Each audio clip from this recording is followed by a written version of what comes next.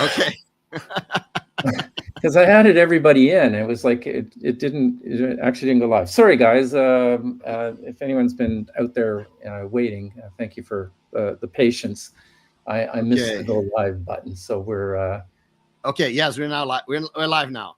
okay. So well, Bruno had a power outage, and I had a brain outage. So we're between the two of us, we're either normal or completely dysfunctional. I don't know what you'd call it, but anyways.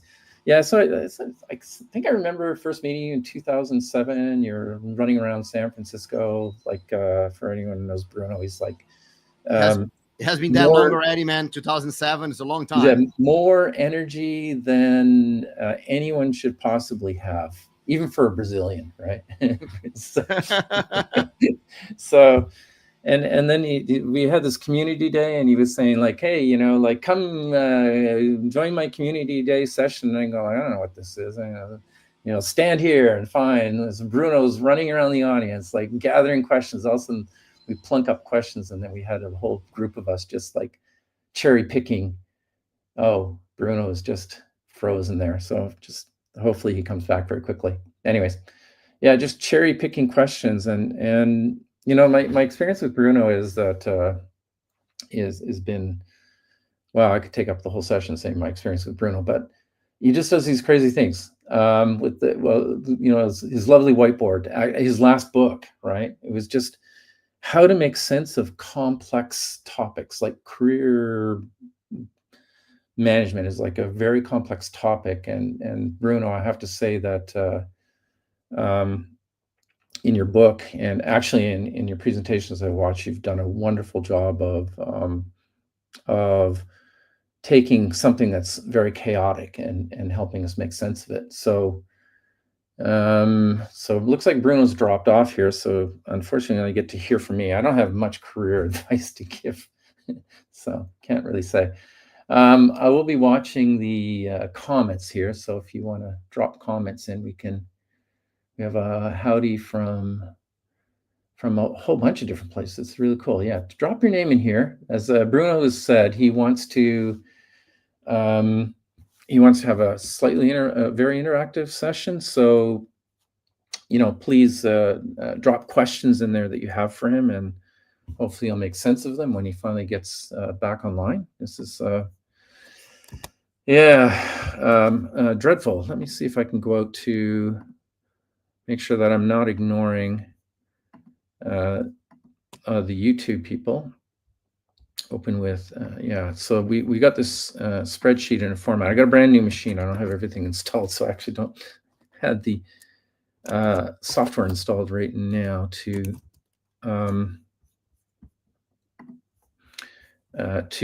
actually,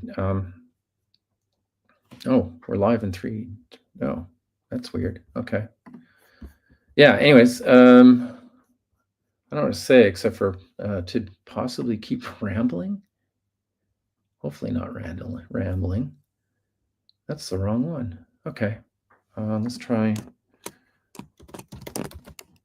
Ian's conference. Sorry, I'm just going to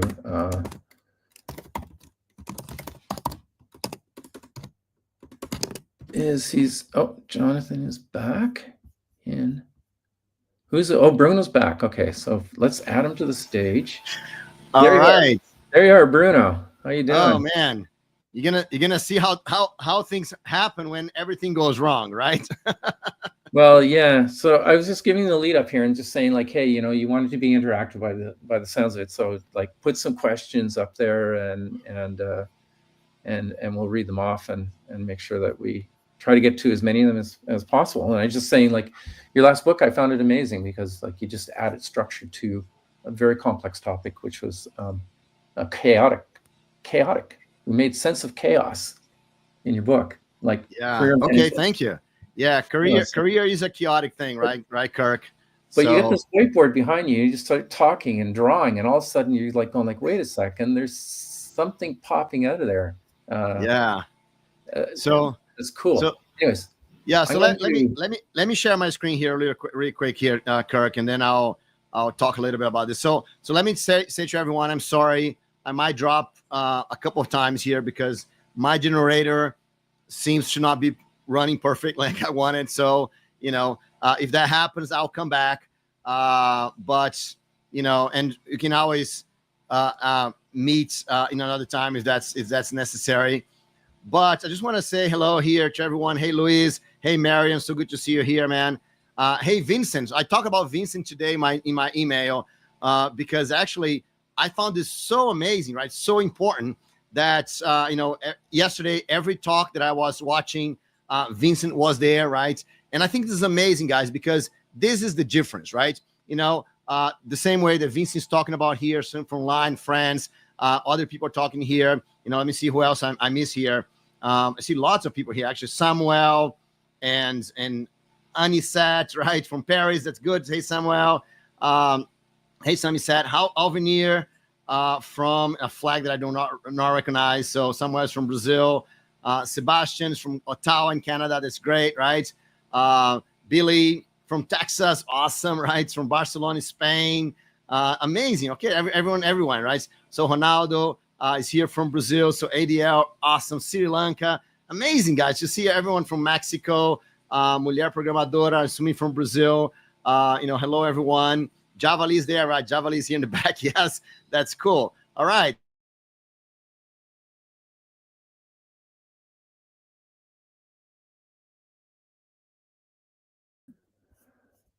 Uh-oh.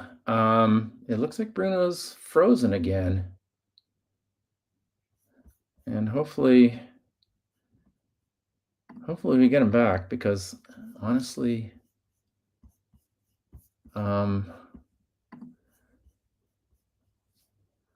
we're all here for Bruno. So oh, here he is live. Absolutely frozen.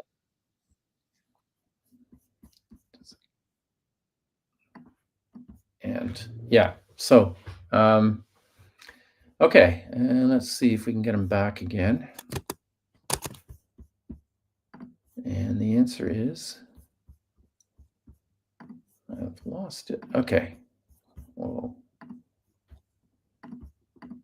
StreamYard offer. Don't know where Bruno is. Hopefully he comes back very shortly. Like I said, I don't think you really want to spend too much time listening to me. I mean,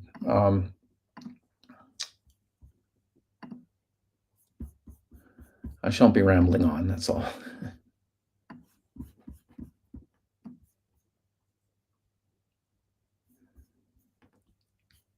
Oh, yeah, we have a few people coming in here again. There's been a strong storm in the area. That's why he's dropping out. Yeah, Bruno lives in this very interesting place. He has his own coffee plant, I guess is what you would call it. And plantation. It used to be a coffee plantation. So it's a little bit out of the way. And I guess some of the power there is, it's raining a lot. And maybe, yeah, he seems to get a lot of rain. His power is actually out. And so he's back. So I'm going to push him back in here. Onto the stage. Add to stage. There you are, Bruno. All right. This is going to be painful, right? Yes. Thanks a lot, Kirk. Sorry, everyone. This looks like it's going to be painful. All right. So let me just put a screen here. So Kirk, just give me a second, I'll ask you to put the screen here. But let me see if I can see the comments now.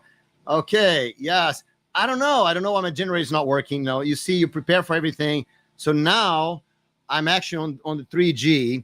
So if the generator goes down again, then at least I'm going to be able to talk to you probably a little bit on the dark, right? Oh, Kirk, I love this way. If you can leave it like this the whole time, that's going to be perfect, man. Okay. Yeah, it's raining a lot in São Paulo, so thanks. Okay. So I just want to talk a little bit here, guys, as about one thing that I saw yesterday, and I start talking about this. So, Vincent, I even talk about this on my email today, because Vincent is doing an amazing job, right? I mean, look, if you just look at Vincent's profile, you're going to see he's an amazing developer, no matter what, right?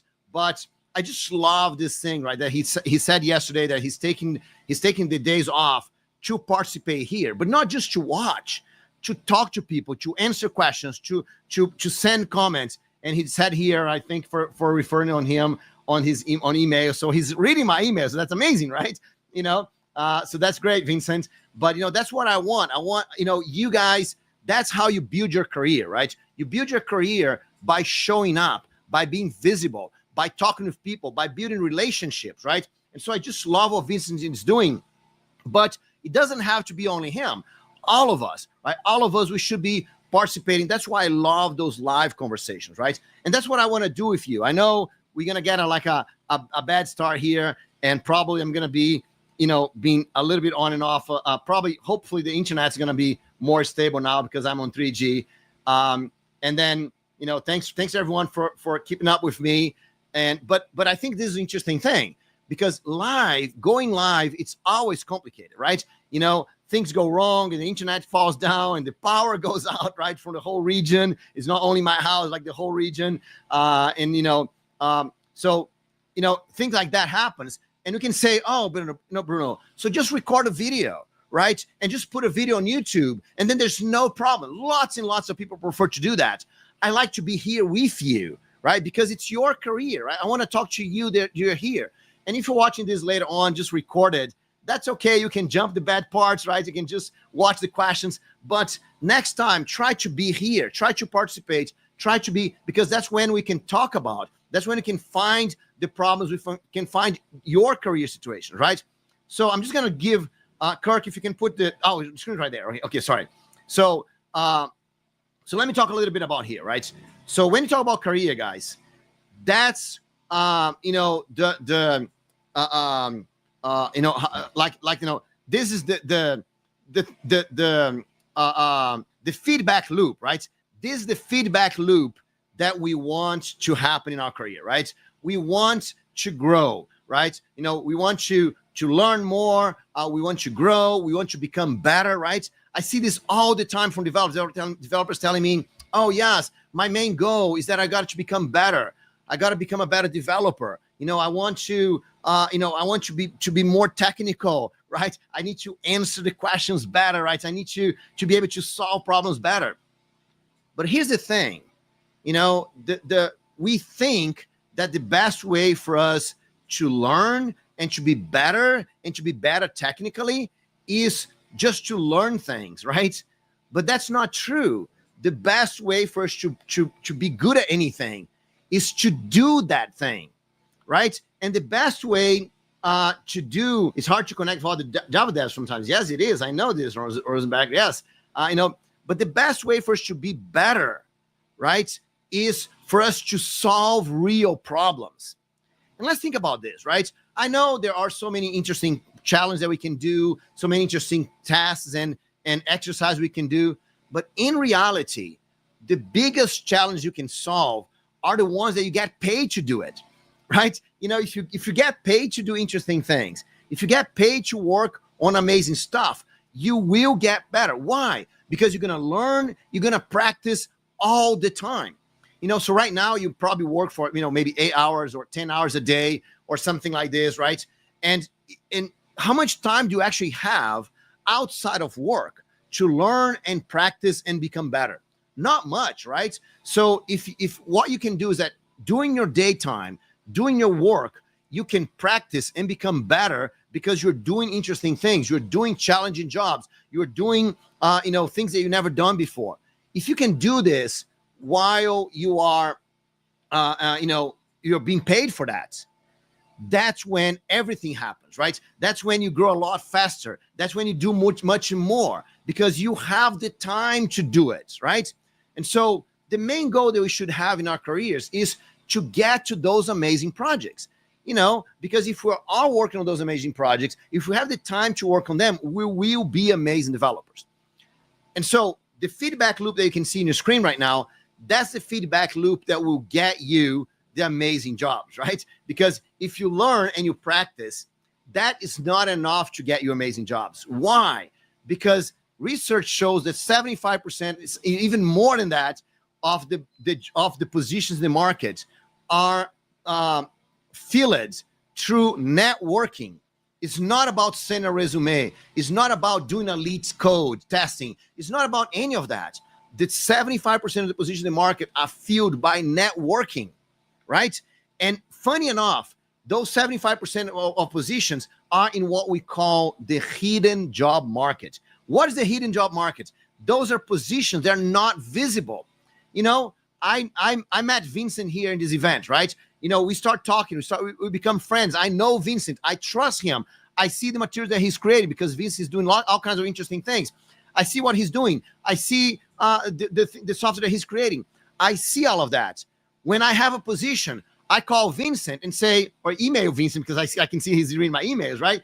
I email Vincent and say, hey, Vincent, would you like to work with me? He says yes.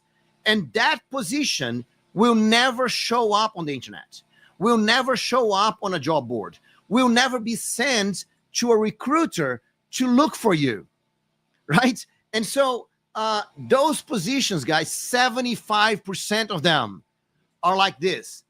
But I position that the best ones, the best positions in the market, the ones that are amazing, those positions are not 75, maybe 80%, maybe 95% of them are not visible. And so how do you make them visible?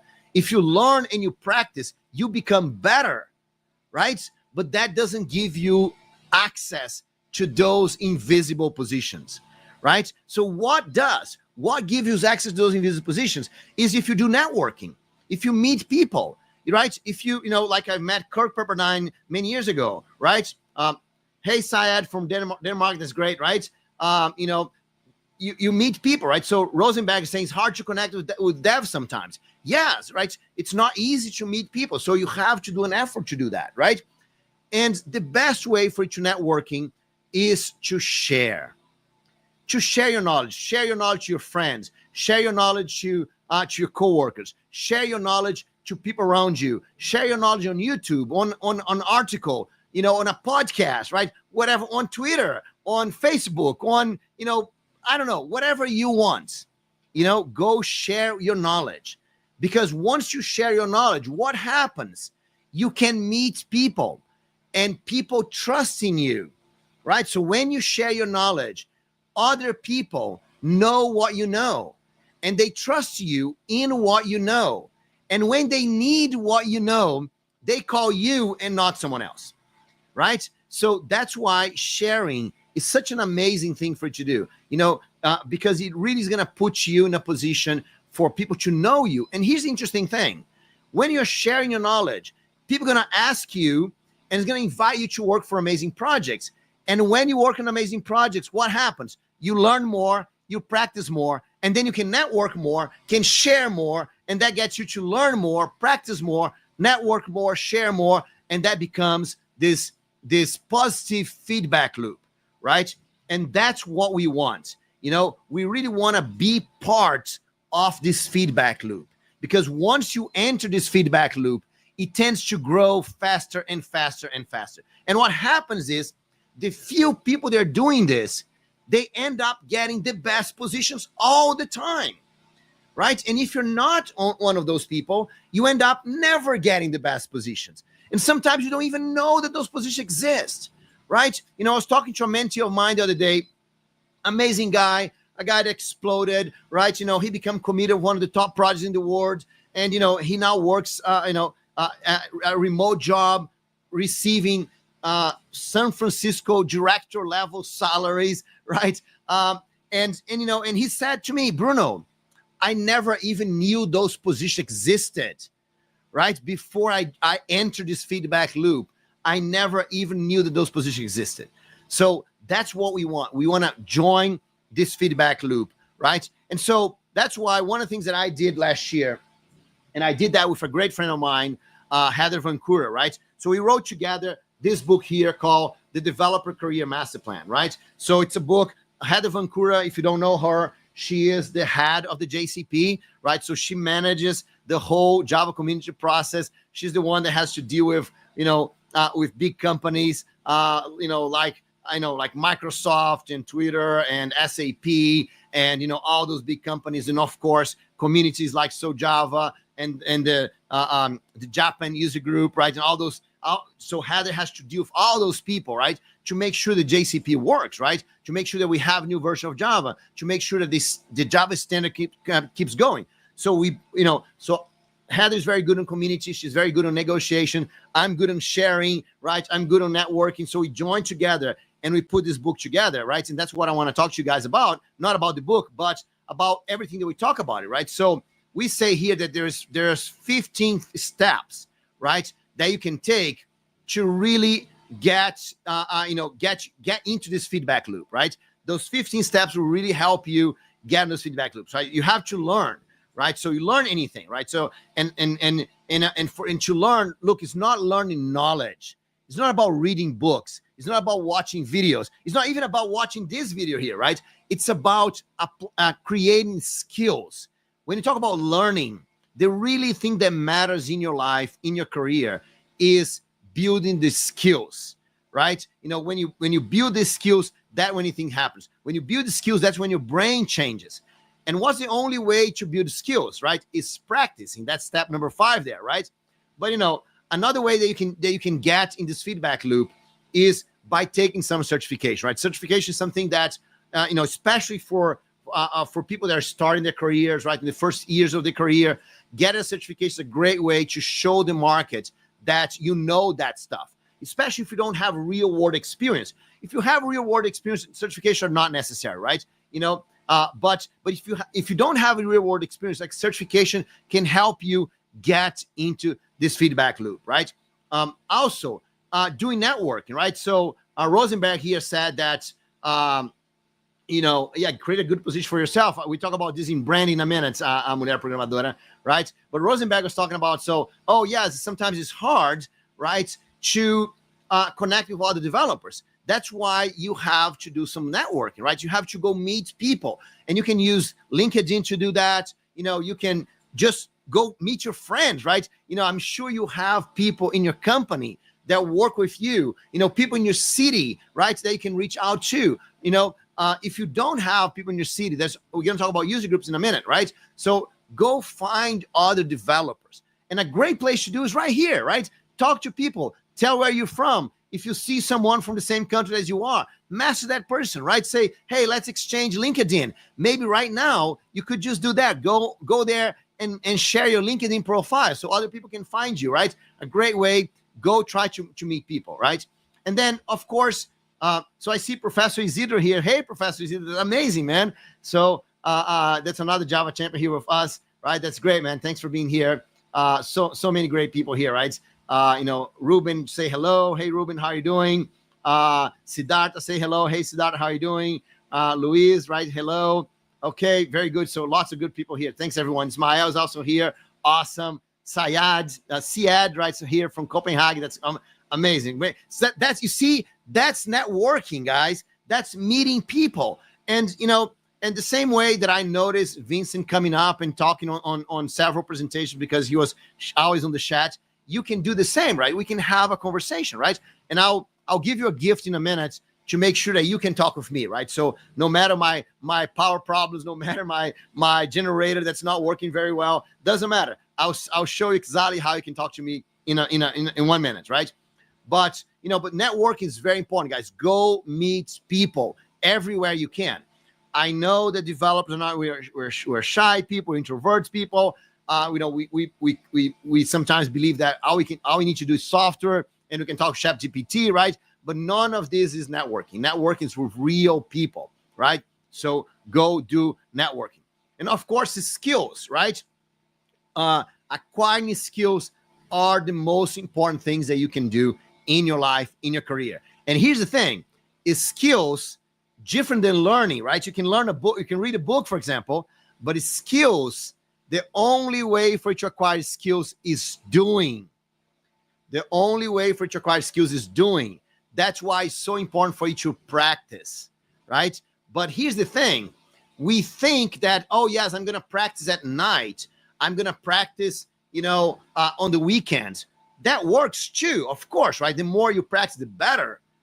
But in reality, if you can practice those things inside your job, that's when you grow more. So find places at work where you can innovate. You can do something a little bit harder than you used to do, right? You know what? That's why we do testing, right? Let's think about this. Most of our practice it's not, no, think about a musician. Usually a musician will practice in a studio, we practice at home, right? We practice with other things. And then when it's time to do the show, they go at the show and they do the real life, right? But, that's why musicians don't do show all day long. They do maybe several shows a week, for example, or maybe just a couple of shows a week, but they practice a lot during the day. But we are different because our show is our work, is writing code. Actually, our show is writing code that goes into production. That's our show. So when do we practice? We practice when we write code that goes for testing, right? Because that's a moment that we can experiment, we can innovate, we can do things different. Because if we make a mistake, it's not a problem because tasks are gonna get it, right? And so, there's all kinds of, different companies have different environments, but you have, test environments, and you have the like the canary environment, so a few people can start using it, thing like this. All of those testings is way for us to practice, for us to do the things before it actually goes live to the whole world, right? And so that's why it's so important for, among other things, but that's why it's so important that we have testing, because we cannot practice if you're afraid. If you're afraid of making mistakes, it's not practice, it's production, right? And so testing allows us to be less afraid of making mistakes, because we can innovate, we can do different things, because testing will catch up, right? That's why having a good testing system is very, very important. So you are not afraid of making mistakes, right? Because different than a lot of places, software developers, we practice in the real life, right? So that's an amazing thing to do. Of course, you can do hackathons, you can do other things too, right? Okay, and then communities.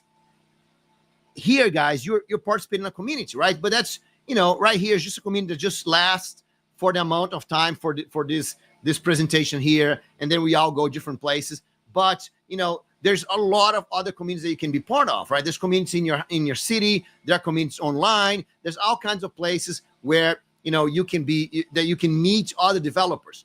It's very important that you find the places where other developers are, right? That's why I'm going to jump here to number 6, right? That's why it's so important. Actually, number 8, right? To user groups, right? That's why user groups are so important.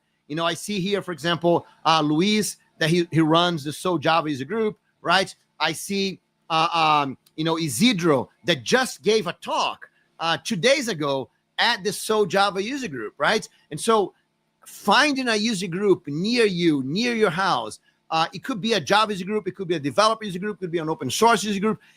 If there's not a Java user group near your house, near your city, maybe you can create one, or you can participate in some other user groups, right?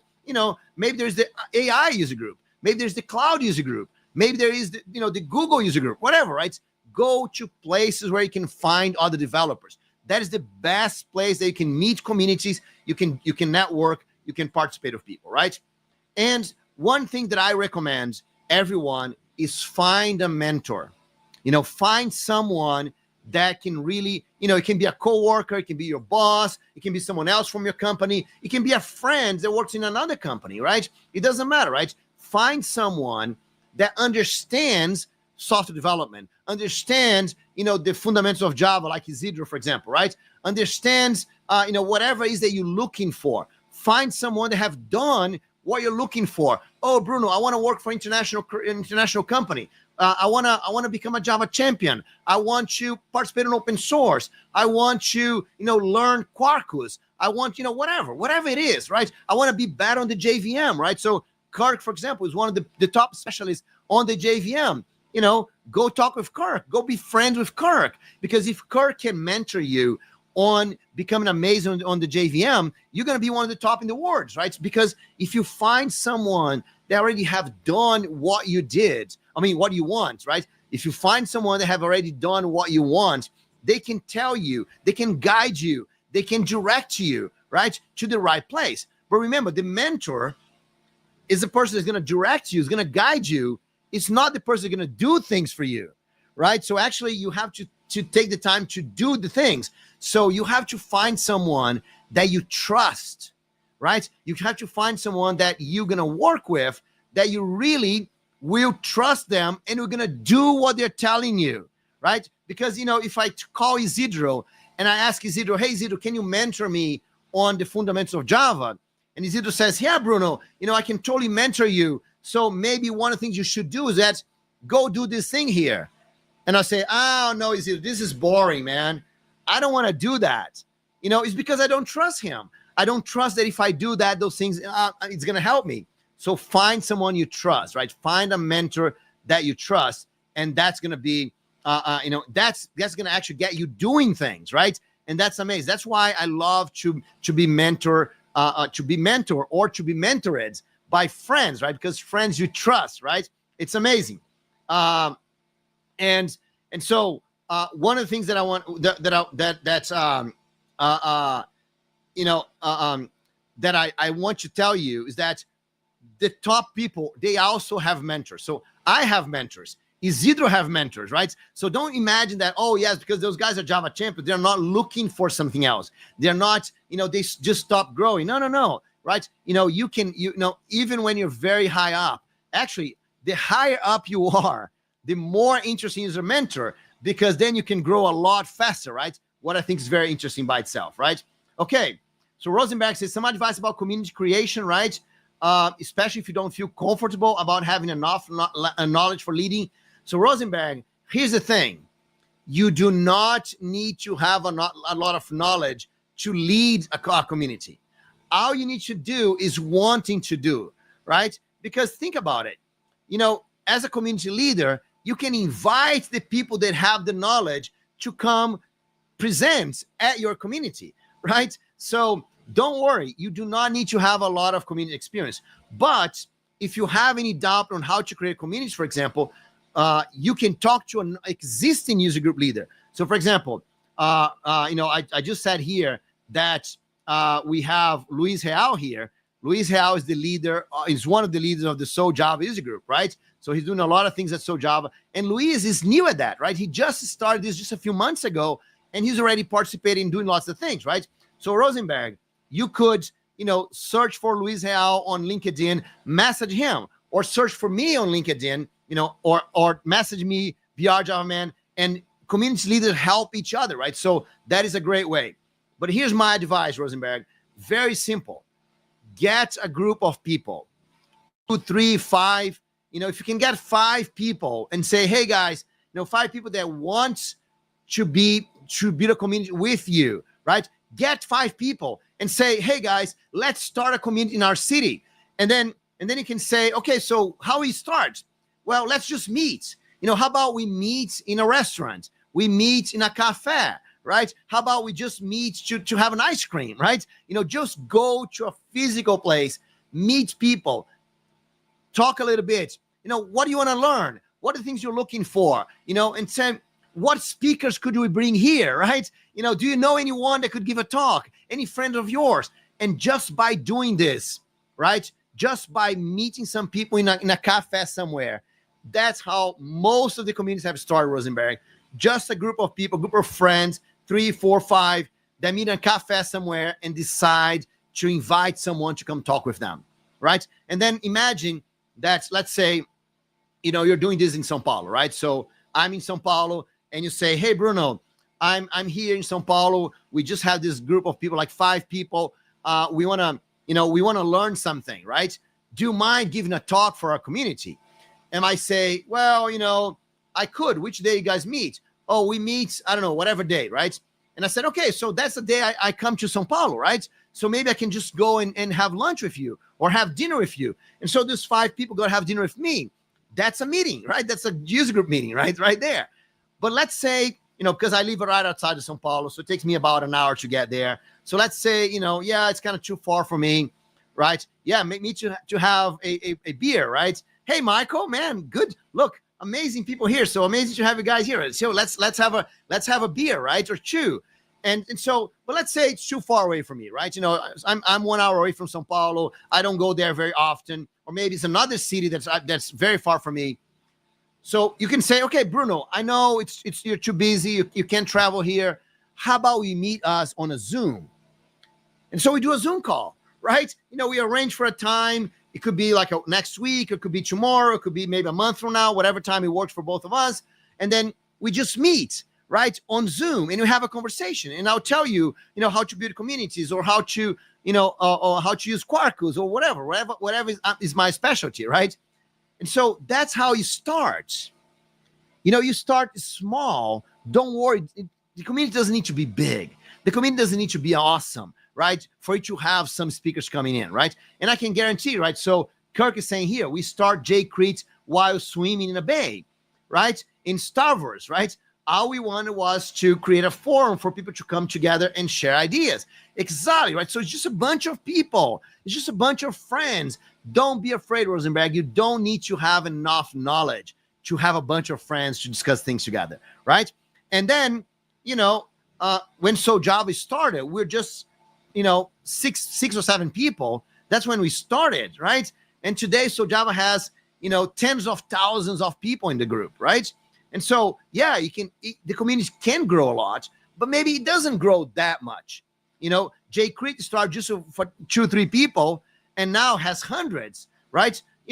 And that's a great community, right? But some other communities have, 100 people, 20 people, right? 50 people. It doesn't need to be like this huge, humongous thing, right?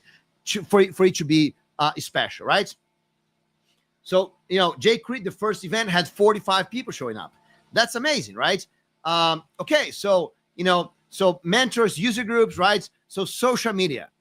Social media, guys, the problem with social media is when you spend too much time just reading. Social media has to be a right medium, right? You have to talk with people, write about things, share your ideas, meet other people on social media. And it's a great way for you to meet people that you don't have access to. If you find me on LinkedIn, say hello. Hey, Bruno, right? Comment on a post, message me and say hello. I'd like to talk with you, right? Go use social media to build relationships, not to post content, not to take picture of what you ate today, right? None of that, right? Build relationships, talk with people, and don't be afraid. You see, guys, most people think that because we're Java champions, for example, we receive so many messages and we're so busy with everyone wants to talk with us. That is not true. It's not true. We all receive very little message. I'll tell you, right? I have a mailing list with thousands of people. Very rarely someone sends me an email. So just go ahead and send me an email. Vincent, send me an email, right? Let's have a conversation, because reality, guys, it's not, if you're not, look, in the software development world, there's very few top influencers with hundreds of thousands, millions of people. We're completely different than the entertainment industry, right? I find funny that you get like a Java champion. So I'm a Java champion. I have like 14,000 people following me on Twitter, right? Or 15,000, something like this. Isidro probably has more than that, right? And if you look at the Java champions, you're gonna see I'm one of the top ones, but not any stretch of imagination the top one. There's people way more than me, but I'm among the top ones, right? There's a lot of Java champions that have hundreds of people, that have maybe a few thousand people. So Java champion, I'm not talking about Java champions, right? Now, here's the thing: if you go in the entertainment industry, someone that has 14,000 followers, it's nobody in the entertainment industry, right? And so in our industry, guys, we are just such a small group that I can guarantee you that most of us, we don't receive that many messages. So just say hello, right? But don't say hello and say, hey, hello, Bruno, I'm looking for a job. Can you suggest one to me? That doesn't help, because it doesn't make me interested in talking with you, because I don't hire anyone. I have my own company, and we're like 3 people in the company, right? So I don't hire anyone, right? So it's not going to work like this. So, if what you need to do is that you have to be useful, right? So send me a message and say, hey, Bruno, I saw your presentation, right? I'd like to do an interview with you so we can talk more about your book. Or, how do I do something with you? Or maybe, how do you promote your post? I mean, be helpful in some way, right? Because if you're helpful, people want to be close to you, right? That's the whole thing about sharing, right? Sharing is amazing, right? I've sent you a LinkedIn invite, right? Okay, that's awesome, Vincent. I'll accept in a minute, right? I mean, not right here, right now, but that's actually, let me do this right now. I cannot do this for everyone, but yeah, let's just go live right here. So I'm gonna get my phone right there, right? And LinkedIn, because Vincent's just had that. So let me go here on network on LinkedIn, and I say Vincent, right? And say, after your talk today at the Java Champions, I'm connect with you. That's amazing, Vincent. Okay, so I'm gonna connect with Vincent right now.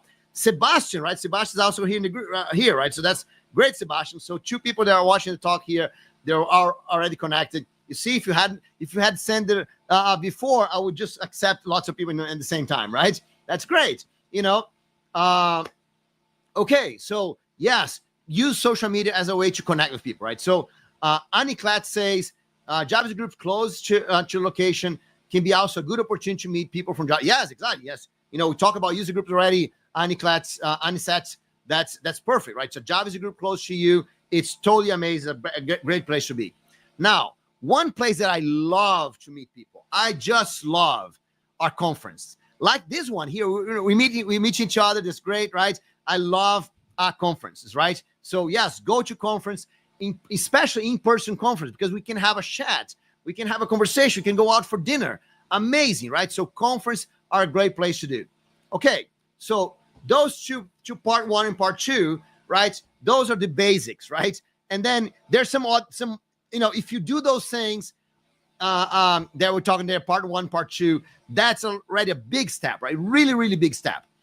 But if you really want to go, to the top, right? You can do what we call here part 3, because you can participate in open source, right? Participate in open source, guys, is one of the best places for you to meet amazing developers, for you to work on amazing projects, for you to have challenging things, right? So go participate in open source projects. There's all kinds of ways that you can help people on open source projects. If anyone is interested, I can talk a little bit more about it, because I want to give some time for questions here, right? Public speaking, sharing your knowledge in public. It doesn't need to be 2,000 people, right? Just for a few, for some few people, it's already good enough, right? So, for example, if you take a look here, let's see if I can see this on YouTube, right? So there are like 39 people watching now, right? So it's not like, oh, Bruno, you can only give talks if it's thousands of people. No, 39 people, 53 says Kirk. Thanks a lot, Kirk. So just a bunch of people. It's amazing, guys. It's enough for us to have a relationship, for you to talk about things. I love that, right? So yes, go. Public speaking for a small group of people. It's one of the best, the best things that you can do, because you can really talk with people. You can really think about everyone that's there. I think it's totally amazing, right? Leadership. For you to be a leader is someone that takes responsibility.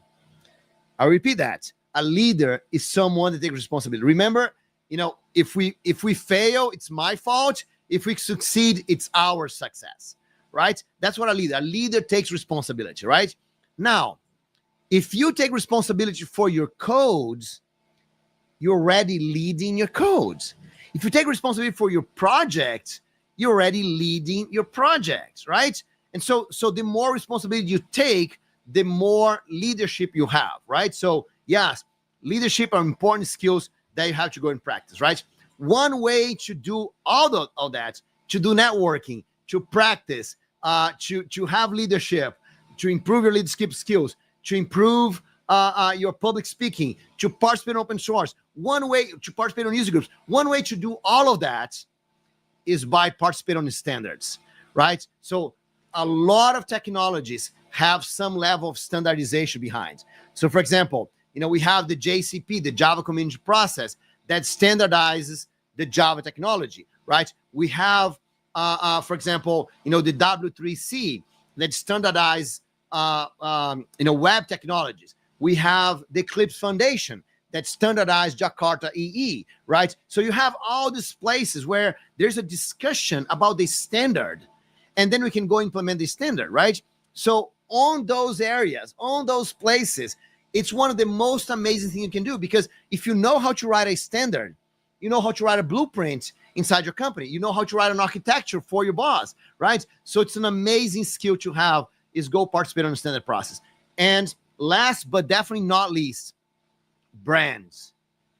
You have to have your own brands. You need to know, right? You need to know, I mean, not you, sorry. Everyone around you needs to know who you are and what you do, right? So so that's why, so for example, I'm the Java man, right? So Bruno, the BR Java man, I'm the Java man. So people around me say, oh yeah, so this is the great Java guy, right? And you know why I'm the Java man? Because I got the domain name, right? javaman.com.br is my domain name, so I'm the Java man, right? That's the main reason, right? But jokes apart, right? So you need to find a way to show to everyone around you who you are and how you help them, right? So right now, I help people to grow their careers, right? So that's what I do. Oh, actually, before, I'm gonna stay here, guys, for as long as you have questions, okay? But just for me to finish here, before you go, I'm gonna give you a gift, right? So right there, I told you that I wrote this book here, right? So this book is not mine, right? It's from Pact Publishing. I wrote it with Heather Vancouver, so I cannot give you the whole book for free, but I can give you the first chapter for free. So I talked to Pact Publishing. They allowed me to give you guys the first chapter. So if you go there and you go to this QR code, you can put your name and email, and you can get the first chapter for free. Now, here's the thing. When you download the first chapter, I'm going to send you emails about the 15 chapters. So if you download the first chapter, I'm going to give you insights from all the chapters, all for free, right? I cannot give you the whole book, but I can write 15 emails about each one of the chapters to help you out, right? So, before you go, I want to see your questions, right? I want to have a conversation here with you. I can stay here for a little bit. I'm not sure how long Kirk can stay, but the next time this session here is going to be used is 1 hour from now. So we have about 30 minutes here to have a discussion. So I can go on and answer some questions. I'm glad that my generator is still working so fine right now. So it's all good. So before you leave, make sure that you download the book, right? So we can have a conversation. That's a great way for you to have my email. You're going to get an email from me. That's my personal email. So you can just reply to that. And we can have a conversation if you need some help, right? So here's what I want you to think right now. Okay, Bruno, do you have tips on how to find an open source project that's interesting for those who want to contribute to? Yes, ADL, I have great tips for that. So let's talk about this for a minute. But here's what I want for everyone here to do. What I want you to do right now is for you to think, what is the biggest result you want for a career? What do you want? How far do you want to get? What would be amazing for you? Is to work on open source projects? Is to is to become a Java champion? Is to it's to get a better job? Is to be paid more? Whatever. What is for you the biggest thing? So think for a minute, right? So what is the biggest thing that you want to achieve this year, right? We're just starting 2025 is great. So what's the biggest thing that you want to do this year? Okay, do you got that? Now, I want you to think, what you think prevents you from doing this? What is the thing that you don't know how to do that prevents you from doing this? Is lack of time, is lack of knowledge. What is that you don't know? I want you to write on the chat. Tell me what is that you don't know how to do, because I'm going to use the next minutes here to help you with that, right? So thanks, Michael. So good to have you here, man. It was awesome. I hope to catch you with Java 1. I'll be Java 1. I'll be Dev Next. I'll see you there. So Michael, maybe you want to come and have a conversation at So Java with me. How about that, right? Maybe we can have like a live conversation with the audience. If you want to do that, let me know, man, and you can have, right? That's awesome. So, okay. So tell me, I want you to tell me, like ADL said, how to participate in open source. I want everyone here in this. I want 54 messages on the chat right now, right? There's 54 people watching here. Yeah, love to come to Brazil. Okay, that's awesome, right? But we can do remote too, right? You know, if you cannot come to Brazil, you can also do remote. Anyway, let's figure out a time, and that would be amazing, man.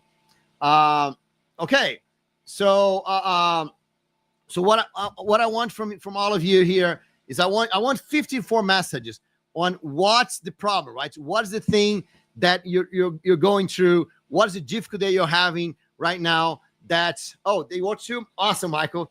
Okay, so tell me. I want you to tell me. So let's start with ADL here, right? So ADL is asking about how to find an open source project, right? They want to contribute to. So here's my opinion, ADL. For you to really benefit from contributing to open source, you have to do this for, you have to put some efforts into this, right? You have to do for some period of time. You don't start participate, help out for 1 week and disappear, and that's gonna give any results, right? That's not gonna happen, right? So for you to have results, you have to work on it for a certain period of time, okay? So for that, AGL, what you need is find a project that makes sense for you. Find a project that you really want to help, a project that you use, a project your company uses, a project that you love, a project that's that does, maybe if you're a musician, for example, a project that does music because it's your hobby. First things first, right? Find a project, right? Find a project that you really want, that's important for you, that you really want to participate, okay? And why? Because if it is something that you want, something that you care about, you're gonna keep doing it, right? You're gonna do more, and that's gonna be amazing, okay? So so that is my main tip, ADL. Find a project that you love, man. And then how do you start participating? Okay, what you need. Here's what people think. People think like this. Oh, I love Quarkus. I love the OpenJDK. I love Spring. So I'm just going to go there and I'm going to participate. I'm going to fix a bug. I'm going to change something, right? Because I want to participate. But here's the thing, AGL. The owners of the projects, they know what needs to be done. They know what they want to do. And what they want to do is not what you want, right? They want to run their project the way they want. It's not the way that you want. So a lot of people just come in, get some piece of code, they do write something, they send a PR, hoping that PR is going to be accepted. And it just doesn't get accepted. Why it doesn't get accepted? Because I'm at the end of the project. I barely have time to do my own things. I don't have time to go look at what you are doing and figure out why this is important for you and figure out why this should be important for the project. And then, I don't have that time, right? So I'm the committer of the project. I'm going to commit my stuff and I'm going to help people that are helping me. That's the secret here, AGL. I'm going to help people that are helping me. So instead of you just going and doing things, go meet with the owners of the project, right? Go and listen to what they're saying. Listen to the problems they have. Find a way that you can be helpful, right? I call this, AGL, go wash the dishes. Wash dishes is one of those things that no one wants to do, but everyone has to do it, right? And when you go to someone's houses, you can just go there, you get the dish, the dishes are right there, the soap is right there, you just wash it, you put it to the side. As long as you wash them well, you do a good job in doing it, you are helping me, right? Because you're doing something that I need to do, but I don't want to do, right? So in open source projects, things like this are documentation or testing, right? Or, sometimes writing the tutorial, updating the tutorial for the new version, all those things that need to be done, but they're kind of boring. No one's really excited to do. Those are the things that you get started with. Because if you start doing those things, everyone in the project is going to say, hey, ADL is great, man. He's really helping us out. And then when they see that you are interested, when they see that you're doing those things, they will bring you into the project, right? Because they need help. Every open source project needs help, but they need help. They are not there to help you. Notice the difference? It's my project. I'm doing work on it. I need help. If you come here and say, hey, Bruno, can you help me? Man, but if you come here and say, you're helping me, I'm going to help you to help me. Make sense? Right? That's how it works, man. Lots of people are nice and very friendly and very helpful, but people have the work to do, right? They can't just be helping everyone all the time. Otherwise, they don't do their own work, right? Okay. Amidai says, a lot of the new technologies that make us over helmets, what you catch first. Okay, on God's very true, right? A lot of new technologies, what to catch up first. This, let me tell you one thing, I'm God's. There's always going to be something to catch up. Always. Absolutely always. So how to catch up on something? Find something that your company needs. Find something that you can use inside your project. Find something that your boss would want you to use and catch up on that first. Because if you find something that's important for your company, then what happens is that you have the time to learn and practice and make it a reality. Because it doesn't help to just catch up with things, guys.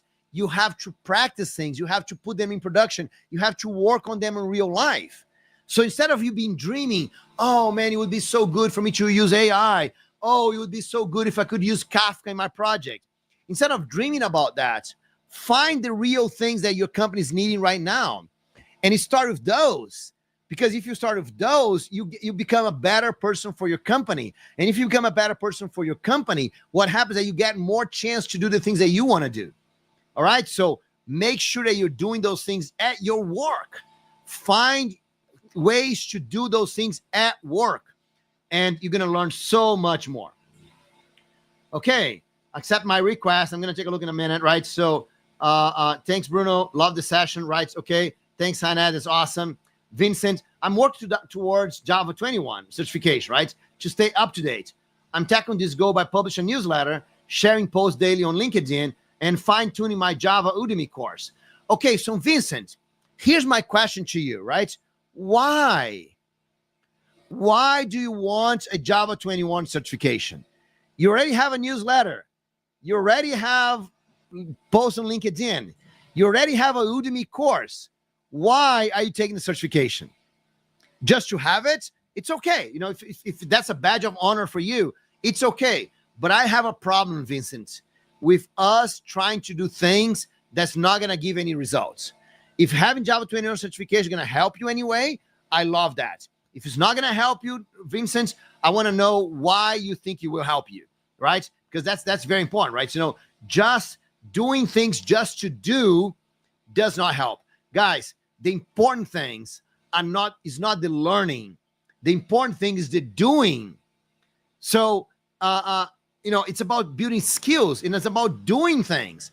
So that's what is important. That's what matters, right? So you don't have time to do everything that you want. So if you don't have time to do everything that you want, why are you going to do even more things that you don't want or that are not going to bring you results?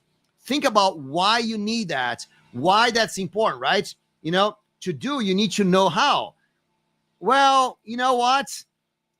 I love that point, Vincent, because, here I was talking to Kirk before, right? My generator was not working. The lights were off. Kirk was helping me out here. And so Kirk told me, Bruno, I'm going to give you a gift. You're so stressed out. I'm going to give you a gift. So Kirk, he works for Microsoft after all, right? So Kirk gave me a video game, right? And so a new video game for me to play. And so I'm just waiting this here to finish, right? This whole session here to finish, because I'm going to go, and you know what I'm going to do, Vincent? I'm dying to go read the manual of the video game. Right? Isn't that what I want? I want to play the video game, so I got to learn it first, right? No, man, that's not how it works. You know, if I want to play a video game, I'm going to play the video game. I'm going to do it. I'm going to try it. I'm going to make mistakes, right? And when I don't know what to do, what I'm going to do? I'm going to read the manual? No, I'm going to go on YouTube. I'm going to talk to a friend. I'm going to talk to Kirk. Hey, Kirk, how do I solve this phase? You know, so that's the thing, man. We should learn, Vincent, what we call just-in-time learning. You know, you find what you need to do, you do it, and then you learn to do it, not learn just to learn it, right? And so, of course, oh, Bruno, but, you know, Isidro is here, and he's telling me that the Java fundamentals are important. Yes, there is a basic fundamentals, right, that you need to understand. You know, you need to understand basic things for you to build on top of that. But beyond the basics, right, beyond the fundamentals, everything else you got to do, man. You know, it's like if you like learning, that's a different thing, Vincent, because if you like learning, you're doing because you like. And I love that you do because you like. I love that, man. And so, but be honest with you, I'm doing the certification because I like learning, and I force myself to do certification. You know, I force myself to learn if I go do certification. So that's why I'm, you know, because I like learning. And go do this because you like, because you enjoy, right? And maybe that's what you're doing, right? Maybe you are learning because you love to learn, and then you use that to create courses and to teach people in your newsletter. That's amazing, right? So find the reason why you're doing it and be honest with you, right? Be honest that you love to read books, you love to do tutorials, you love that. That's great. I have no problem with doing that, what you like. But don't think that you have to do all those things, that you have to catch up with everything, right? You know, you can learn the basics of things. My vision of learning, right, is that you gotta learn about things, right? Instead of learning things, you gotta learn about things. So, for example, I've mentioned lots of things here. I mentioned Quarkus. I mentioned, open source. I mentioned, skills, right? You know, whatever. I mentioned lots of things here. Maybe some of those things you don't know what they are. You know, let's imagine you don't know what Quarkus is, right? And so you're like, okay, Bruno mentioned Quarkus a couple of times. What the hell is that? So then you go and you learn about Quarkus. You learn what Quarkus is, what's useful for, who is using it, you know, why it's important, what kind of problems it solves. You know, you learn generally. And then you figure out, is there a project I can do inside my company? Is there a project I can do somewhere else? Is there a project I can do somewhere that I can apply Quarkus to it? Because if there is a project and apply Quarkus to it, then I'm going to do Quarkus. Because if I do Quarkus, I'm going to learn how to do Quarkus. So you have to learn about lots of things and then choose the ones you really want to practice to go do projects with it. And then you can learn even more. Okay. I guess sometimes certification can also help combat imposter syndrome. Okay. Les Zach. Is that how I say Les? Can I just say Les? Right. So Les, that's amazing, man. If certification helps you with imposter syndrome, if certification helps you with something, right? And you want to do certification because it's helpful to you, yeah, man, by all means, go do certification, right? But do it because of the right reasons. You know, so for example, you have imposter syndrome. Is it the best way to take a certification, a way to combat imposter syndrome? Probably not. You know why? Because imposter syndrome, Lasek, has nothing to do with you knowing something or not. Imposter syndrome is that feeling that you have of not knowing what you're doing at the moment, right? And so here's the problem, Les. When you do software development, it's always about doing new things. We never do the same thing twice or not many times. Why? Because if we're going to do the same thing again, you can just copy and paste. So usually you're doing something new, something different, something that you have not done before. And because of that, you don't know how to do that stuff, right? It doesn't matter if you have 20 years of experience in Java, right? You're going to do a project that's about something you never did before, using a framework you never used it before, or something like this, or maybe in a domain you never did anything about before.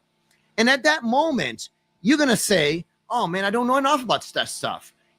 I'm an imposter. I should not be doing this. And that's where imposter syndrome comes from. And so as software developers, there's only two paths. Either we deal with imposter syndrome, or because we're trying to do new things and we're always going to feel like we don't know, or we are always bored because you're only doing the same thing over and over, right? So you choose. Do you want to be bored, or do you want to feel like imposter, right? And so the way to deal with imposter syndrome is not by doing a certification, it's understanding why you have it, right? And then learning to deal with this feeling, because it's mostly a feeling. You think you're an imposter, you think you don't know, but if your boss asks you to do something, you figure out and you solve it, right? If you're that person, look back at your career. Every time your boss comes with something and you thought, oh man, that's terrible, I don't know how to do this, right? Oh, I'm never going to be able to do it, I'm never going to be able to finish. But do you actually go after, figure it out and do it? If you do it, you're dealing with imposter syndrome the right way, But if you don't, if you run away from it, if you say to your boss, oh no, boss, I don't know, I never did this before, so I'm not going to try to do it. If you run away from it, it's because imposter syndrome is damaging you, right? But if you don't run away, if you just go and do it, if you apply yourself, you learn how to do it, then that's great, because now that's the right way to do imposter syndrome, right? So when you say, I'm going to do a certification, well, the certification is going to show you lots of things you never used it before. The certification is going to show you lots of things you're never going to use in your life, right? And then you're going to increase your imposter syndrome, because you're still going to pass the test, but you're going to say, oh, but I'm never going to remember all those things, right? Because it's just too much. And then it might just increase your imposter syndrome. Make sense, Laz? So that's what we need to think about, right? How to deal with the problems the right way. Don't try to deal with the problems the wrong way, because that might even make it worse. Okay? So that's true, says Sylviette. Okay, perfect. Awesome. Is there any question I did not respond? Kirk, do you see anything there that I did not respond? Do you want to get back here, Kirk, and so we can have a little chat? I don't hear you. You're muted. Yes, you got to unmute yourself. Unmute myself. Yeah. And there's another button, Kirk, that we can be side by side here somewhere. Oh, side by side. Oh, yeah, there's like two little squares. Yes. All right. Good. Cool. Yeah. Awesome. Sorry. How you doing, man? Moving over. I didn't plan on staying here long, because you're just killing it, right? No, that's all good, man. I love. Maybe we can. Do you have any questions that you've seen from developers in the past that we can talk about? Questions you have from developers in the past? No, I built one of those career charts before in the past and said, these are pretty much in gross terms all of the things that you can do. I did that as part of my "You Want to Create a Startup" talk. Yeah, that's great. Right? Okay, so Sebastian says here, what you said early just shattered one of my biggest cognitive bias: the belief that people with a lot of visibility are too busy and are already receiving too many messages. Yes, we're not. Well, we're not receiving too many messages from people, man. Just reply. Sebastian, when you get my email, reply to me. Let's make an experience, man. Speak for yourself there, Bruno. Sorry? Speak for yourself there. Speak for myself? No, I'm just kidding. I mean, people always think that we're overly busy because we have a lot of visibility, and that actually is the thing that paradoxically keeps people away from talking to you or contacting you or whatever, because every once in a while somebody will, push out a message or question to me. And, it's fun. Me and you were both on Heinz's presentation yesterday, right? So one thing that Heinz said to me some time ago, I don't remember exactly when, he was telling me that, he goes to conferences, right? And he's like, oh, it's a great place for me to meet people, right? Yeah. But then everyone in the conference looks, oh, that's Heinz right there. Oh, he's probably too busy, I'm not going to talk to him. And so he says, so I'm there in the conference, I don't want to go talk to people because I'm the speaker, right? And I don't, I'm shy. I don't have enough courage to talk to people, but they also don't come talk to me because they think I'm too busy, right? So, and that's so true. You go to conferences and you have these amazing speakers, and they're just like hanging around, maybe 2 or 3 people. They're not overly busy, but no one approaches because everyone's afraid. Oh, he's too busy. He's not going to talk to me. I don't know enough to go talk to him. Go talk to us, guys. He makes a big difference. That's why I love Jay Crete, because Jay Crete's the place we just talk, right, Kirk? Yeah, it's can I tell you a funny story about Heinz and myself? Yeah, sure. Go ahead. It's career related, right? Yeah. This was a number of years ago. We were in Vegas. We're at a conference, and Heinz was working on his newsletter with me in a hotel room. And I had someone call me because they wanted me to come in and do basically it was project rescue. So I've done quite a few of these project rescue things. At the time, I didn't realize it, but I only figured out afterwards is that I was dealing with a project that had already been canceled. And this was a last ditch effort to bring it back. I've done that a number of times. Mm-hmm. So anyways, I've been there too. Yeah. I was shall we say on a 3-week road trip, and I wanted to get home. You wanted what? Wanted to get home. I wanted to get home. I didn't want to go. Right. I wanted to go home. Yeah. Right. And so I figured, okay, the best way for me to go home is to tell them exactly what the problem is and just solve the problem with them over the phone during the interview. Well, sales, whatever you want to call it, that cycle, right? They call you up and they start peppering you with questions. So I just said, okay, fine. And I just put the consulting hat on, asked them a ton of questions. I said, at the end of it, I said, this is probably the problem. I'm going to guess what it is right now, based on everything you've been telling me. And this is what I would do to confirm it. And this is how I would fix it. And I went into great detail with this whole thing on the phone because I knew some of the guys in the background. And this is another thing, like some of these guys knew me. So that's why they called, because they knew if they wanted a problem fixed that they had trust that I was going to be able to fix it. So hidden job point right there. And anyways, and I didn't want to go. So I figured, okay, I recognized some of the guys and I said, okay, these guys are smart. So if I give them enough information, they're going to be able to do this on their own. And Heinz is writing his newsletter, sitting in the corner, and he just stopped and he looked at it and he says, what are you doing? Because basically I'm giving away the family jewels right there. Everything, right? Everything they needed to know to fix this. And then when I came to pricing, I took my normal rate and I, let's say, added 50% to it. And then I quoted in the wrong currency, which added another 30%. So I effectively almost doubled my rate for that engagement, right? Which was, given the circumstances, still a deal for them. But anyways, that's a different story, right? But I got to the point where they basically said, when I said the wrong currency, jet lagged, they said, oh, what's that in US dollars? And I told them, and they said, oh, we'll get back to you on that. And I thought, job accomplished. I've given them enough information so I don't feel guilty about abandoning them on this whole thing. They're going to be able to do it themselves. They're smart guys. Everything is cool, right? Half hour later, they call me back. It's like, when can you get here? And Bruno, you know exactly what happened there, right? What happened is they didn't have the capacity, or maybe they didn't have the confidence that they could get it. Or maybe the time. Right? Yeah, they didn't have the capacity, right? Or time, capacity, whatever you want to call it. Yeah, whatever it was, right? Or they didn't have the confidence that they could get through everything. Just technically, right? They sort of knew. What I did was I demonstrated my ability to solve the problem. And they looked at it and says, okay, why are we going to risk doing it ourselves? Why don't we just get him in? Yeah, okay, maybe the painful on the billing there, but we're going to pull the project out of the trash bin. And yeah, so I went in, I had a talk with Heinz afterwards, and he says, how long did it take you to find the first problem? I said, we got it first hit, right? Basically 15 minutes.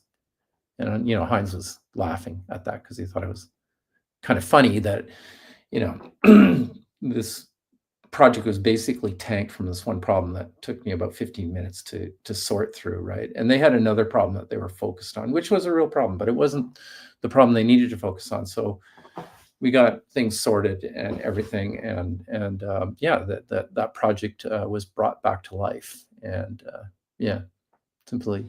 Yeah. Simply, That's but I think the message was by in this case coming in and instead of saying like, hey, I can go in and solve this problem and everything like that, but very detailed, gave them every bit of information they need, actually was the key, I think, to giving them the confidence that we could actually deal with it. Oh, we have some questions, so rather than me boring you with so just a comment on what you said right there, Kirk, because one of the things that people think, especially people that have courses and trainings, right? We kind of think like, oh, if I give away what I know, then people don't need me anymore, right? But it's actually the other way around, right? When you give away what you know, that's when they need you, because now they know that you know that, and they know they need that stuff, right? So yeah. So let's talk about some of the questions here. So that was the first big lesson. The second big lesson was I was undercharging. Right. Yes, that's true too. Yes. I love when you have this opportunity to say, to do this, like, the FU money, right? So I'm going to charge so much because I don't want to do the job, but I'm going to charge so much that if they decide to pay me, I'll do it happily. Right. Right. And so, and that was the whole thing. So I had to phone my wife and say, these guys are, and she's going like, yeah, okay, you got to stay. Right. Right. And I went in with the position, when you go into these calls, is that I think another rule I have is like, never say no. Right. Yeah. Always set conditions. I love that. Go have a conversation. Go have a negotiation. Always, every time. Right. Exactly. I love that. So, let's go to the questions here. So, Amgad says, can you please add the link in the YouTube? So, okay. So, I'm at BR JavaMan everywhere. Right. So, just find at BR JavaMan everywhere. You can find me. Don't worry about that. I want to connect with other devs, but there are no jugs or meetups near my area. Right. What do you suggest to do in my situation? So, she's Nix NN. So, my suggestion is that there's many online communities that you can participate. Right. Don't get discouraged that there's no one in your local area.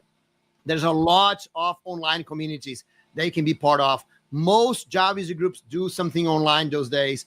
There's many people on Discords everywhere. They can join in and participate. So go find an online community, and it's a little bit different, but you can get almost as much results from an online community than a local community. But I love what Johan said, is start your own Java user group, right?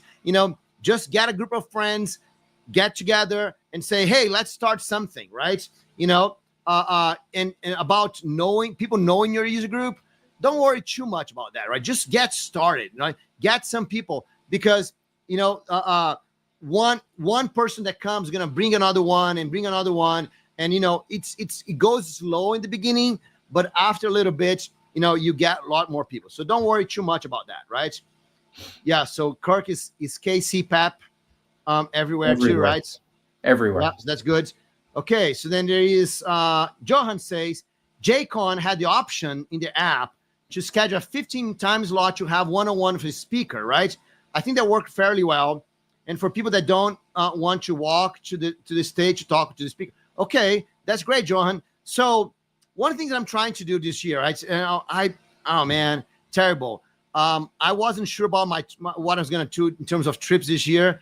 So I missed the JCon call for paper, right? So if JCon has that can do 15 minutes with speaker, I'm willing to come to JCon. So if there's anyone from JCon watching this here, if you wanna call me and give me some slot there, I'm willing to come to JCon and spend the whole time there talking, having 15 minutes people with the audience, right? So one-on-one, in group, doesn't matter. I'm willing to stay there and talk about career with everyone that wants in JCon. So and if I do that, then I force myself to come to Europe again this year, right? So, Johan says we're using Meetup for that, right? Yeah, Meetup is good, but it's good, but at the same time, it might be expensive for some people, right? So I don't know if you need that necessarily, but it works.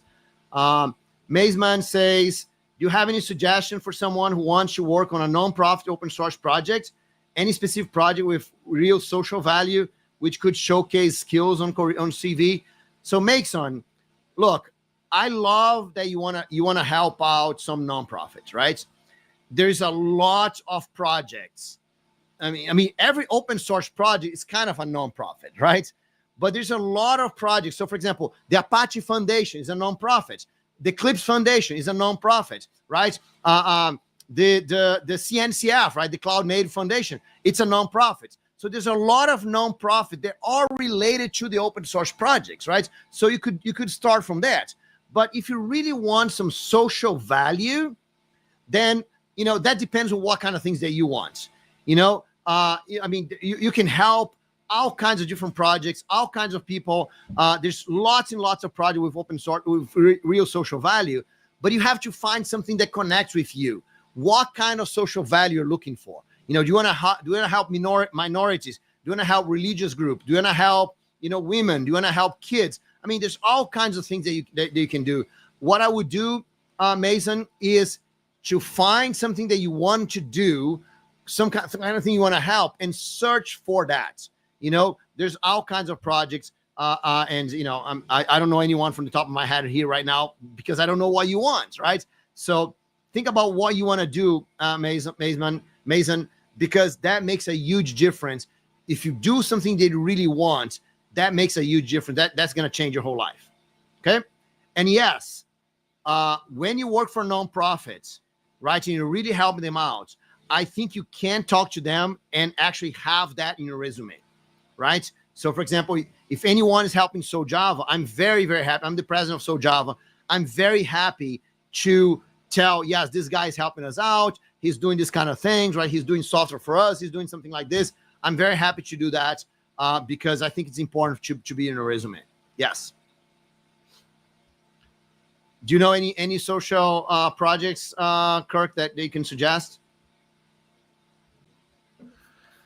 God, yeah, I mean, the only direct ones I've seen that are kind of interesting is that there's a medical imaging open source project. And actually, I still have access to, everybody has access to data that LinkedIn publishes.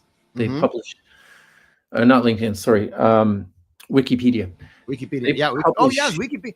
Man, they Wikipedia is a great example. Production data. So, for instance, if I want to do any GC work or anything like that, I can just pop in there and give them a hand and stuff like that. So, yeah. That's a great example. Yeah, Wikipedia is a great example, right? Because Wikipedia is such an amazing project. It's open source, right? It has real social value for all of us, right? So, yeah, that's a good one right there. Okay. But there's other places too that need different types of help or whatever that, like integrating open source projects and things like that. There's different groups that really need people to come in and give them a hand. Right. With just everyday things. Yeah, exactly. I mean, there's so many, during the pandemic, right? During the lockdowns, my daughter, she even left our house to go live outside so she wouldn't bring any COVID for us, right? Because she really wanted to go help people with necessities, right? So she was helping projects. So she was cooking food and bringing for homeless, and especially for the kids. So she would go and play with the homeless kids, or when they bring food, all that. And so, yeah, man, I mean, everywhere around you, there are people in need. Everywhere around you, there's people that would benefit from having a little bit of software done to solve whatever problem they have and to make whatever they're doing more valuable. So yeah, go look for something, Mason, something that connects with you, because those kind of things, right? For example, my daughter loves kids. So she went to do a project where she could be with kids, right? That was amazing for her. It was amazing for the kids. It was great, right? So, but if you told me, say, hey, Bruno, let's do this project here to help kids, that's not what I do, right? And so it doesn't connect that much with me. So each one of us, we're going to connect with different things, right? And so that's, because those projects, Mason, the problem with those projects, that there's lots of people wanting to help, but they help and they stop.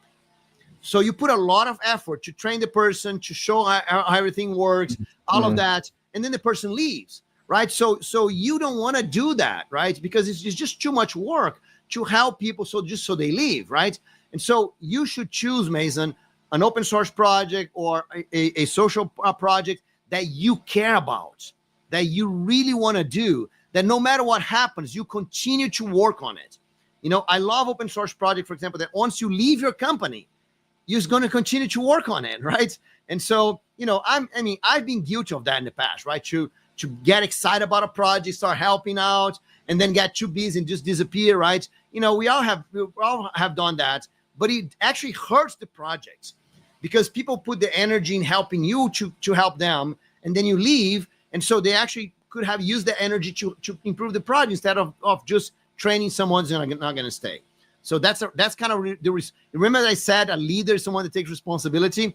So you should take responsibility on all this case, right? So to join the project in the right way, participate in the right way, so you actually help in the project instead of hurting it. And I do understand, right? Sometimes we do join in because we know we're excited and I will stay, right? No matter what happens, I'm going to stay. So take a hard look in what are you actually going to do, because that's important. That takes me one concept that I think lots of people miss or just kind of get it wrong, is the whole idea of meritocracy. Open source, people say that open source is a meritocracy place. And here's the problem, like lots of people think that meritocracy is, I have merit, so I can do things, right? I'm good. I know what I'm doing, so I have merit. I'm doing this. But that's not what meritocracy means. Meritocracy is doing, right? So you get a vote because you're doing things, right? So once you open source like this, you get a vote, you start to participate, you become a committer, not because you're good, you're amazing, because you have merit. You have because you're doing things. You're putting the work. You're there every day. You're helping out. You're looking at what the problems are. You're taking responsibility. So that's the merit that we're talking about, right? Is doing the work, not necessarily being good or being amazing. That no one cares about that in open source. What people care is that you're going to show up, you're going to do the work every day.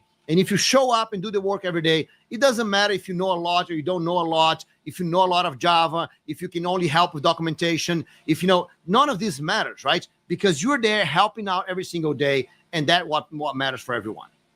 Yeah. So good open source projects are, what happened? So good open source projects are actually dictatorships. Yeah. They're not meritocracies. Right. I mean, if you look at like our open source project, OpenJDK, it's like, how hard is it for an individual to get a change into that project? Well, it depends upon the change, but if you want to do, right, it does depend upon the change, but for a lot of work, it's generally very, very difficult to get any change into that project. And I actually agree with that policy because, and I don't think you should be put off. I mean, this is why when you go into an open source project, you have to go in with the idea that not every idea that I have is going to be accepted, or even if I do have an idea that's good and I put it in there, people are going to review it to death, especially when you get into a project that's as important as OpenJDK. Right. So that's why, Kirk. Don't be discouraged. Don't be discouraged. I totally agree with you, right? And start with small things, documentation. Yeah. But it start with something very small, guys. Right. You got to start with something that's so small that it's easier for me to approve it than it is for me to reject. Right? That's how you get started. You start something so small until you get a little bit more traction. And by the way, I'm drinking some water here, but let me just do a shout out to my friend André Noel, right? So that's André Noel is a cartoon. He has the Developer's Life cartoons here in Brazil, and that's his cartoon of me with Juggy and Javali and Duke, right? So Javali is the guy behind there, right there, right? So let me see if I move right here, right? So Javali is that guy right there, Juggy and Duke, right? So yeah, thanks a lot, André Noel. Kirk, I don't see any more questions, right? And I think we're getting to the time, because in about 5 minutes, they're gonna need this studio here for the next session. Yep. So guys, You want to wrap it? yeah. Can you put my screen again? Just one last shoot to that. Oh yeah, absolutely. I think so. Yeah, and it can somewhere. Hey, here, how's that? Right, that's good, awesome. So last chance, guys. Download the first chapter of my book, totally free. Right, it's gonna teach you about learning and about how to acquire skills the right way. And the most important thing, by download that book, you're gonna get an email from me. So if there's any questions that I did not answer, you can just reply to that email and I'm going to help you out, right? So as I said before, we don't get enough messages, right? So send me all your messages that you want. I have no problem. Just message me. I want to help you out, okay?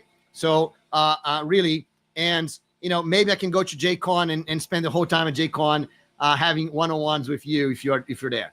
All right, so thanks everyone. It was amazing, Kirk. Thanks for being here, man. Oh yeah, yeah. Thank you for all of the all of the wonderful advice. That was absolutely amazing. Thanks so much. Thanks. Thank you for everyone. Thanks, Anisette. Thanks, Mason. Thanks, Sylvac. Thanks, Luis. Thanks, Vincent. Amazing. Thank you. Yeah, absolutely. And let me thank Kirk here for a minute, guys. Kirk is such an amazing guy, right? So I love talking with him. I learned so much from him, and we have conversation from time to time. And it's always amazing. I always learn a lot. So thanks a lot, Kirk, for taking your time to be here with me. I really appreciate that, man. Thanks a lot. Oh, no, I volunteered for this. I signed up for it. So thank you. Thank you so much. And one last thing I'm going to say, Heather Vancouver, she wanted to be here, but unfortunately she got the time zone wrong. And she's in the plane right now, right? So she might be landing right now. So she's on a plane right now, so she was not able to join us here. But I'll get to do something with her so we can come and talk to you guys again. All right, thanks everyone. Thanks, Kirk. Yeah, thanks for attending the session, and I hope you are able to see many of the other sessions. I'll actually have a session on Tuesday sometime, as long as I get it written. As long as I get it written. Yeah, don't miss Kirk presentation, man. It's gonna be awesome. Yeah, well, we'll see. Anyways, thank you, Bruno, and we'll sign off now. Bye, everyone. Goodbye.